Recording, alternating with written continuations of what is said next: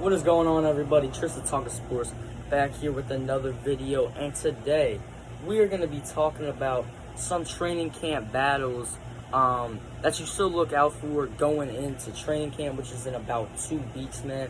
I can't wait. I will probably be driving down there with my dad one of the days, man. We'll have to see, but we're probably going to go down there, check it out, and I'm excited to see the players. But yeah, we're going to be talking about, what kind of battles to look forward to, because there's not a whole lot of training camp battles, which is a good thing because our roster looks like it's already set. We know who's going to be starting quarterback, obviously Carson Wentz. Our running back position we're going to be seeing if we're going to be keeping 4 running backs or 3 running backs. That is something to look out for. But yeah, make sure you guys go down, hit the like button, hit the subscribe button. And yeah, man, we got about 55 days till this regular season starts, man, till kickoff. I cannot wait. I'm ready, man. I'm hoping the Commanders can finally have a good season, which I think they can. But let's get into this, man. So yeah, obviously training camp is it's in 14 days, 2 weeks. Today is July 13th. Commanders training camp starts up July 27th. So we're gonna be going over some battles to get ready for training camp. So obviously the first one is we gotta be seeing if we're gonna keep 4 running backs, because obviously we got Antonio Gibson at the running back 1, which I think is, everyone knows that.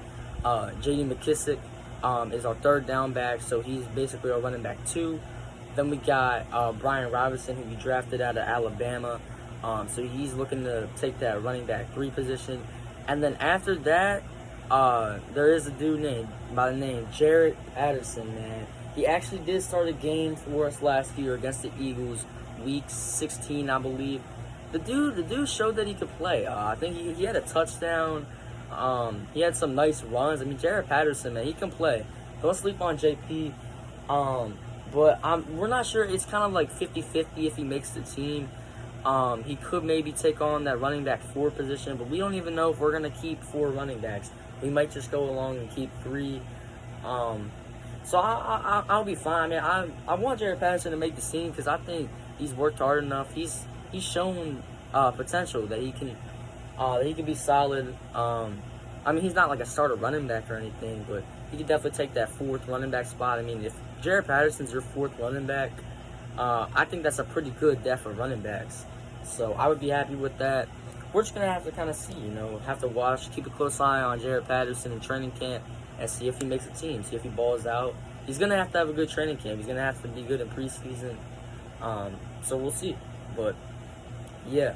And then, so obviously the running back position, the next I'm going to get into is the linebacker position, man. We do got to see, who's going to really take on that role. I mean, we do have, obviously, Cole Holcomb. He's really good. He's definitely our best linebacker. And then we got Jamin Davis, who had a disappointing rookie season last year. But at the same time, we did kind of mess him up. We put him in the wrong position. He is more of an outside linebacker, but we played him on the inside, which was a bad decision. We should have already known that before the season starts, but it took the coaching staff a while to figure out that Jamin Davis is more of an outside linebacker. I don't know how you don't figure that out. I don't know how you don't watch him in college. I mean, you drafted the dude. You should already know more about the dude, but, I mean, that's been the problem with our teams. We don't even know what position they are, like if they're outside, inside linebacker, and, kind of what their strengths are. So that we definitely coached them poorly last year. But at the same time, he was not good at reading the quarterback or anything. So Jamin Davis got to get better year 2, man. But I'm hoping moving him to outside linebacker will make him better. Then we got Khaleke Hudson. I thought he was all right, but our linebacker position is definitely weak.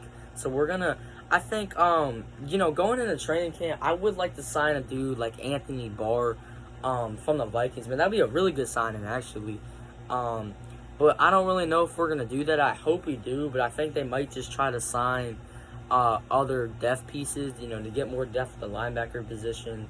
But, there's not a ton of battles going on. It's just, hopefully Jamin Davis can have a good training camp. Khaleke Hudson.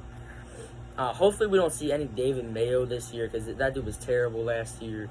Yeah, and then I think the next one to look at is definitely the secondary position. We don't have a lot of depth at the secondary position.